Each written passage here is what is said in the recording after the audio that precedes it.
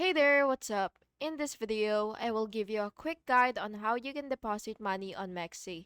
So the first thing that you will have to do is, of course, make sure that you're already on the MEXC official website. And once you're here, you will just have to click this login button right here and, of course, fill in your credentials and make sure that all your credentials are correct so that you will be able to successfully log in. And once you're logged in, you should see your wallet here. So it really depends on the layout of your screen. So you do have to make sure to actually explore the website so that you will be able to see that.